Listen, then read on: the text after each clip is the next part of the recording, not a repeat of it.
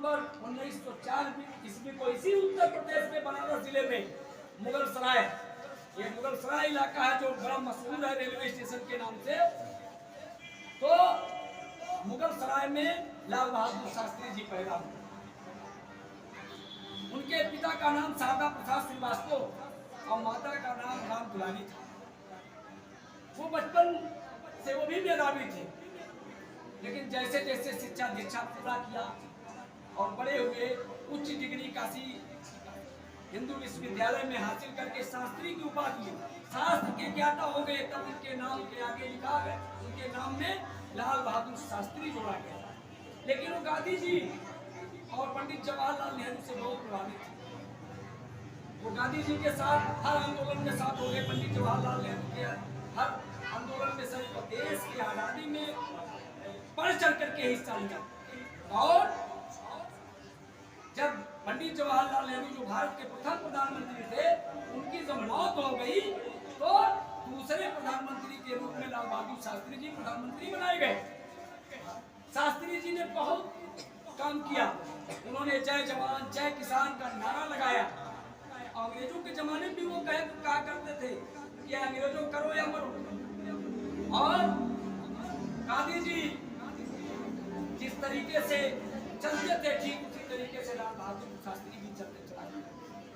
लेकिन 1965 का जंग भारत और पाकिस्तान के दरमियान जब हुआ तो विश्व पटल पे ये आवाजें उठी कि दोनों देशों के दरमियान एक समझौता कराया जाए।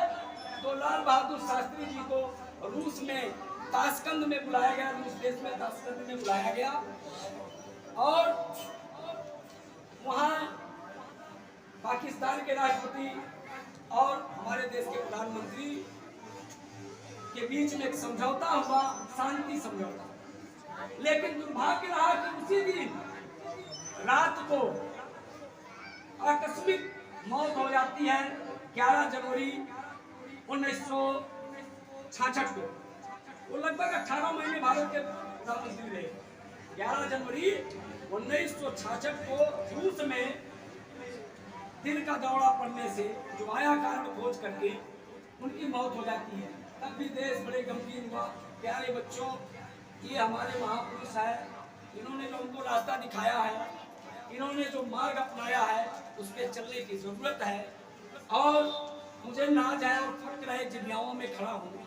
जब मेरे बच्चे तुम लोग पढ़ते हो तो दिल मेरा या गार्जियनों का या सारे मुदरिसों का दिल पूरी तरीके से खुश हो जाता है कि कम से कम हमारे बच्चे ये इतने काबिल और होनहार हैं, ये इतना अच्छा पढ़ते हैं, ये देश और राष्ट्र के नाम जो गीत और संदेश भेज रहे हैं, उससे मुझे नाज है, फक्र है।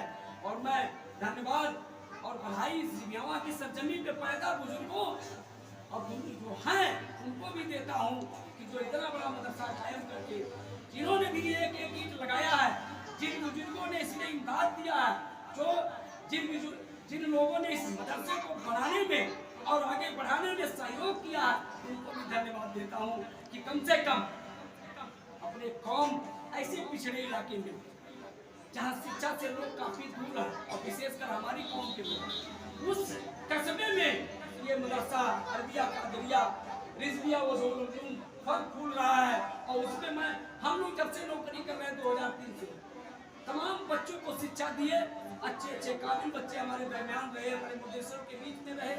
और आज जब देखता हूँ कि वो अच्छी रोजी रोटी से जुड़ करके अपने परिवार और अपने गांव का खिदमत कर रहे हैं तो बड़ा नाज होता है। प्यारे बच्चों,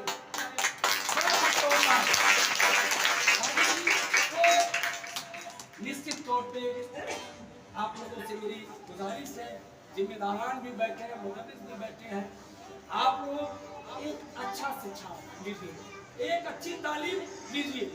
पहले मदरसों में दीनी तालीम पढ़ाया जाता था, लेकिन आज दुनिया की तालीम भी दी जा रही है। हिंदी, अंग्रेजी, गणित, विज्ञान, सामाजिक विषय, कंप्यूटर, वो भी निःशुल्क। आपसे कुछ नियत हो जा रहा, ये एकदम निःशुल्क शिक्षा दिया जा रहा है। इससे बढ़िया और क्या हो सकता है। तो मदरसे के जितने जिम्मेदार हैं, गांव के लोग गार्जियन हैं जो इस मदरसे को आगे बढ़ाया, निश्चित तौर पे धन्यवाद के पात्र हैं। आपका काम सिर्फ इतना है अच्छी शिक्षा हासिल करके अपने आप को इस काबिल बनाओ ताकि माँ बाप का सम्मान बढ़े, इज्जत बढ़े, गाँव का नाम रोशन हो। अगर तमाम साथी पढ़े, तमाम बच्चे पढ़े जो हाफिज़ मौलाना भी हुए वजूद में, तमाम बच्चे रोजी रोटी नौकरी कैसे छूट गए, तो आज कहीं भी किसी क्षेत्र में हम ही लोग के पढ़ाए। और आज जो बीवी बच्चों वाले हैं, हम लोग हैं यहाँ, इन बड़े बच्चों ये भी कहना चाहता हूँ, हम लोगों ने भी याद कर लिया है, वेतन मिले न मिले 5-5 साल का बकाया है। हमारे पास भी बीवी बच्चे हैं, लेकिन इसकी चिंता हम लोगों ने छोड़ दिया, अपने आप को वक्त कर दिया। आपको तालीम देंगे इसमें कहीं दो राय नहीं, अगर गलत हो तो गार्जियन भी बैठे हैं, कभी हमने शिकायत नहीं किया कि आप हमको तनख्वाह नहीं दोगे तो हम नहीं पढ़ाएंगे। हमने किसी जिज्ञावा के लोगों से नहीं कहा।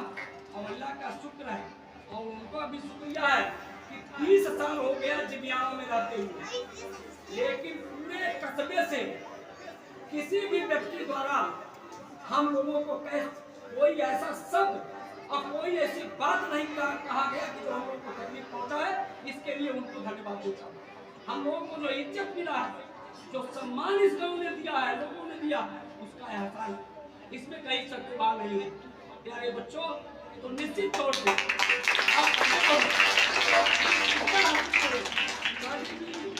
गांधी जी के नाम से एक कवि ने लिखा कि दे दी हमें आजादी बिना खड्ग बिना ढाल, साबरमती के संग तूने कर दिया कमाल। धरती पे लड़ी तूने जब ढंग की लड़ाई, धागा न कहीं तोप न तलवार बंदूक चलाई, दुश्मन के किले पर भी न की तूने चढ़ाई, वाह रे फकीर तूने क्या करामात दिखाई। निकाल साबरमती के साथ तूने कर दिया कमाल। ये हालात था, कभी वो लड़े नहीं, कभी अंग्रेजों के सामने वो तलवार लेकर नहीं गए, लेकिन कहा कि हम मुत्तहिद हैं, अगर मुझे सताओगे और हमारे देश के लोगों के साथ अत्याचार करोगे तो जो मेरी मजबूती है कि हमारे देश के लोग तुम्हें यहाँ छोड़ेंगे नहीं, बढ़ा देंगे वतन के लिए, तो वो करके दिखाया गांधी जी।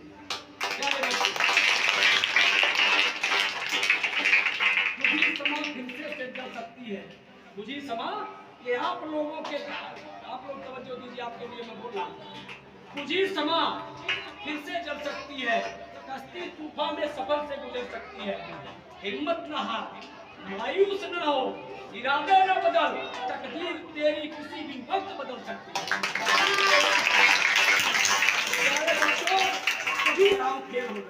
ना गांधी जी के जीवन में भी आया होगा, तो कहा मैंने बताया कि गणित और भूगोल उनका लूज था, लेकिन कितने बड़े आदमी हो, कभी भी मत डरो कि शिक्षा से हिम्मत करके पढ़ो, और जितने पढ़ोगे उतने आपको हासिल होगा। तालीम एक ऐसी चीज है तो आप जितने बांटो उतने वो बढ़ो, कभी आपसे खत्म नहीं होने वाला। इसीलिए कहा गया है कि लोग पूछते हैं कि तालीम की उम्र क्या?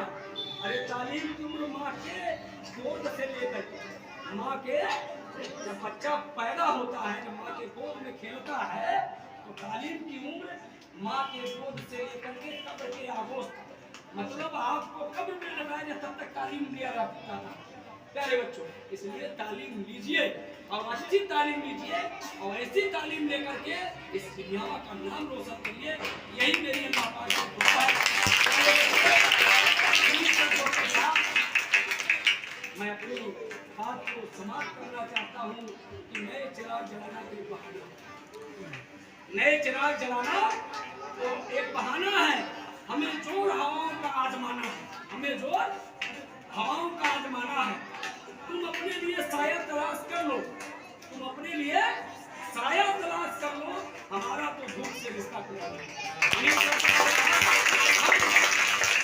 हर दिन निकल लेंगे, लेकिन जो कलम और किताब है उसके साथ समझौता नहीं करेंगे, उसको हासिल करेंगे, इसमें कहीं तो आएगा।